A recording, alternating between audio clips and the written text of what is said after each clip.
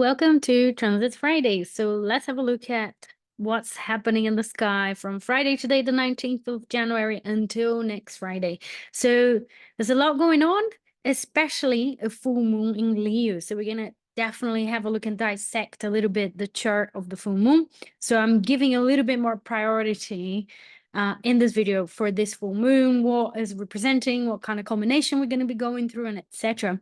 Because as you all know, there is a big sort of release of energy when we have a full moon, so we can feel a little bit more and so on. So this is about constructive astrology as well. If you just found me, welcome. If you've been here before, that's great. I love to see you here again and again. But constructive astrology is about finding the best way to work with these energies. So we're not really focusing on what can go wrong and all the difficult things and how having this or that in your chart always makes things go wrong and things like that. So let me share my screen and we'll look at the transits of this week. So we're going to have a quick look at some of the other transits as well. There will be timestamps. So if you want to just skip and go straight into the full moon, just go ahead, just feel free. But I will talk a little bit about these days just before and the build up to this full moon as well, because it's important because it's happening. So how is this week going for you? What's been going on? Any news? Anything extraordinary happening there for you? For me, all good, all kind of peaceful, really, I dare say. So things are going fine, things are going well. Not much to share really for this week. So let me know in the comments. Tell me what's going on for you. What have you been up to? My tongue is like going like this. Okay. So this is the chart for today, 19th of January, Friday. And for today, really, and tomorrow as well, we have a Sun-Pluto conjunction. Now, I've mentioned that last week on my previous Friday, Transits Friday video. And here it is, really. I mean, it's happening today, it's happening tomorrow as well. Tomorrow, in fact, is the beginning of Aquarius season. And Pluto will be back to Aquarius as well at the end of the day, at the end of the 20th here in Brazil, depending where you are in the world, a little earlier, a little later. But both are going to move to Aquarius tomorrow. So we have a Sun-Pluto conjunction in Capricorn and a Sun-Pluto conjunction in Aquarius, 2 days sort of on the roll. So what do I feel about this aspect? Well, I think this aspect is no nonsense, no BS.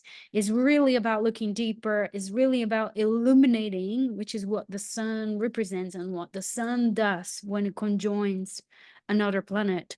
Illuminating the darker side. That's what Pluto also represents.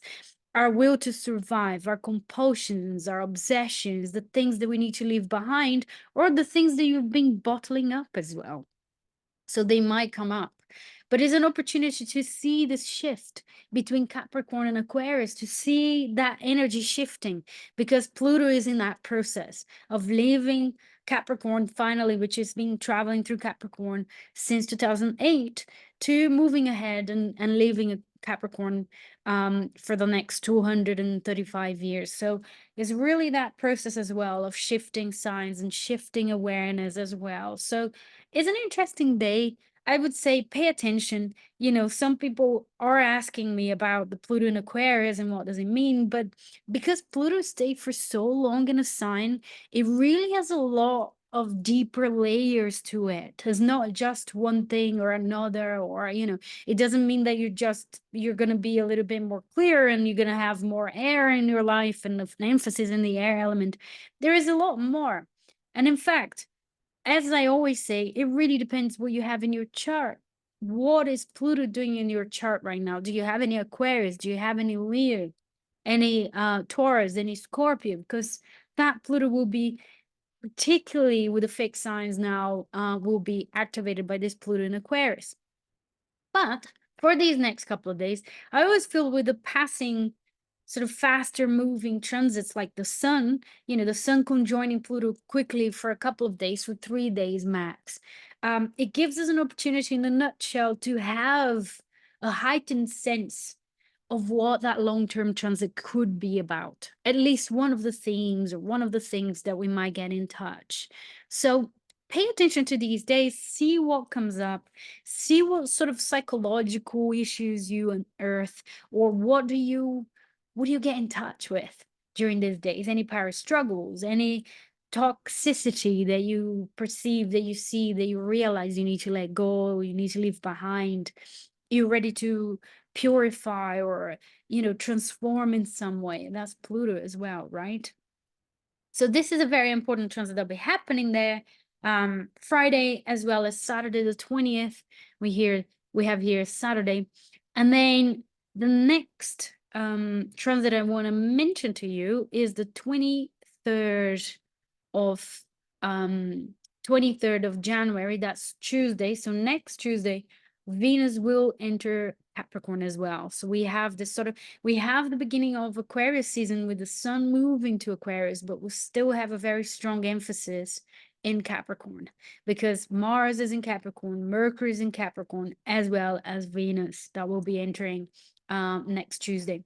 So our values, the way we love, the way our relationship to our self-worth as well will kind of take a little Capricornian flavor now for a few weeks. So it's a great time really to see what our values are in relation to our goals, in relation to what we want to achieve. Is a kind of a more practical Venus than the Sagittarian, that Sagittarian flavor of exploring horizons, wanting an adventure and whatnot. I think with Venus moving to Capricorn, we become a little bit more serious about relationships, potentially wanting more commitment or wanting to commit more, or dissecting where should we commit. Are your commitments aligned with your values? Because that's an important key element or key question here, especially because that Venus is coming to trine Jupiter in Taurus as well, and Venus is ruling that Jupiter in Taurus as well. So I have that sense that values are very much under the spotlight with that Jupiter in Taurus that we've been going through for a while already. Is no news, but with Venus entering Capricorn, I think we're still, as another layer of this Venus, of this Jupiter in Taurus that we're going to be exploring. All right. So Venus entering Capricorn, and then the next and the following really transit, obviously, that I want to talk about is Thursday. So on Thursday, we have the full moon. So here's the full moon. Here's the chart. It'll be happening on the 25th of January, this Thursday, and it will be happening at 5 degrees Leo. So we have the sun at 5 degrees Aquarius, moon at 5 degrees Leo, and they're both forming a square to Jupiter. So we've got Jupiter very much involved in this full moon, which gives us a clue about what else is this full moon going to be about. What are we going to be facing, or what sort of culmination we're going to be witnessing in our life. So there are a few different layers within this chart that I want to talk about with you, including Jupiter, obviously, because it's a T square here. But before mentioning Jupiter, obviously, this full moon has Pluto not too far from it. So it is a very intense, potentially a very intense full moon, very intense feelings. And the dichotomy here between Aquarius and Leo is very much about myself, my life, who am I, my sense of specialness, my sense of individuality versus my sense of obligation with the group, or my social responsibility as well. So social responsibilities and personal self-expression as well, personal creativity, the desire to heal your inner child or to be in touch with your inner child, and the sense of social responsibility, and to think about children of the future and our responsibility towards them and towards what kind of childhood they're going to be able to have as well. So there's a little bit of that dichotomy here, this push and pull. Also, I think there's a little bit about how can you be authentic, that's the Leo, and contribute to the group in an authentic way. So you don't have to merge with the group. You don't have to belong in the sense. Belong is a nice word. You don't have to fit in with a group. That's what I want to say. I oftentimes mentioned Brené Brown when she says about the difference between fitting in and belonging, that fitting in is the opposite of belonging, because you have to edit who you are in order to fit in. You have to wear a uniform and you have to behave in a certain way. You have to speak in a certain way. You cannot say certain things or express certain parts of yourself. And that it is not what belonging means. So I think those could be questions that will be very much under the spotlight during this full moon. And the sense of how can we be creative, Leo is a lot about being creative and putting your mark into the world, signing your name on what you're doing, recognizing that everyone is unique and that we all have the right to be ourselves in this world. So there's a little bit of that dichotomy, and with Pluto being involved in this full moon, we might experience a lot of compulsions around this, or a lot of intense situations that are connected to this. Now, the T square and Jupiter being the apex of that T square means that this could be a way out from this dichotomy, from this conundrum between the Aquarian and the Leonine flavor. And the Jupiter in Taurus is saying, be grounded. Don't lose sight of the bigger picture in whatever it is that you're going through, that you're dealing with, whatever is happening there. When we have an opposition, we're called to the fine tune the two, to sort of try to find the balance between the two. So if we've been prioritizing Aquarius too much, the full moon in Leo comes to reclaim some balance, to bring the Leo aspect of life a little bit more alive in our lives. And the other way around as well. Like if you're being too much on the Leonine side and being a bit too selfish in the shadow of Leo, claiming the spotlight and trying to, get people to pay attention to you for validation, you're not really serving the group in any way, well, then that full moon with the sun Pluto in Aquarius might bring you a little bit to the other side as well. But that Jupiter is giving us an important advice on keeping your feet on the ground, being in your senses, being in your body, and keeping track of the bigger picture of what's happening as well, the philosophical questions around these situations as well, because that's what Jupiter is also about, to see that within the context of growth, of personal growth and development and evolution as well. That's Jupiter. Try to keep generous, keep sight of generosity. That's Jupiter in Taurus as well. But another layer here in the chart of this full moon is also Jupiter in Taurus being ruled by Venus. And I thought as a kind of another subtone here on what's going on with the full moon in Leo, because we have a kind of a trio. So Jupiter is in Taurus, which is ruled by this Venus recent move to Capricorn, and that's ruled by Saturn in Pisces, which is ruled by Jupiter in Taurus. So we kind of have a trio here, and they are forming kind of harmonious aspects as well. So Venus is coming to trine Jupiter and to sextile Saturn, and Saturn and Jupiter in sextile as well.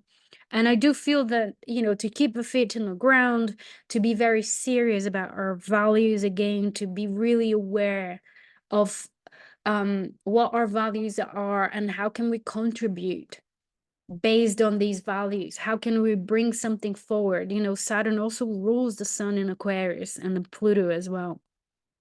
So it's about bringing and manifesting something of a Piscean kind of nature here as well, like, creative contributions in a situation, compassion, taking compassion very seriously as well during this full moon. This could be some of the ways that we can think about this trio here, but they're definitely strongly placed, strongly involved during this full moon as well. So really pay attention to these energies as well, how to be a little bit more grounded during this intense Plutonic and Leonine time.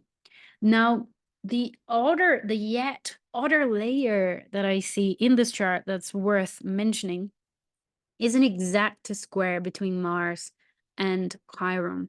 Is an exact square. So you can see Chiron is at 1551 and Mars is at 1551 as well. And they're kind of mirror numbers, and they're 1551. Anyhow, Mercury is obviously not too far as well, is coming to conjoin that Mars. And one of the advices here is be careful what you say during this situation as well, or whatever situation comes up. Be careful what you convey, what you say. You might be, or we might be a little bit impulsive with our words. We might say things that we don't mean it. Mars is the ruler of that Chiron, is the ruler of the North Node as well. So there's something about our growth, our wounds that we've been dealing with for a while already, that this Mars square Chiron might trigger as well. So we might feel triggered during this full moon. So there's also that element. And again, I think that Venus, Saturn, and Jupiter is saying keep your feet on the ground. And even Mars in Capricorn and Mercury in Capricorn as well is a little bit slower, is a Saturn ruled aspect. So, or sign, is a Saturn ruled sign. So I have the feeling that this Mars Mercury square Chiron could trigger some wounds around communication, around self assertion, around feeling worthy of being a leader. You know, we're learning how to lead with that Chiron and that North Node in Aries as well. We're learning how to say no. We're learning how to step into our powers as individuals without leaving everyone else behind, but trying to find that measure. So it could be something between what we personally want versus what we should be doing, or what we think other people should be doing as well, and things like that. But on a constructive level, really, what I can think with that Mars Chiron is that we can become very aware of where the wound is, where is sore, what do we need to tend to, where do we need to practice a little bit more, or like how can we grow with this trigger? Excuse me, because oftentimes the trigger is showing us something.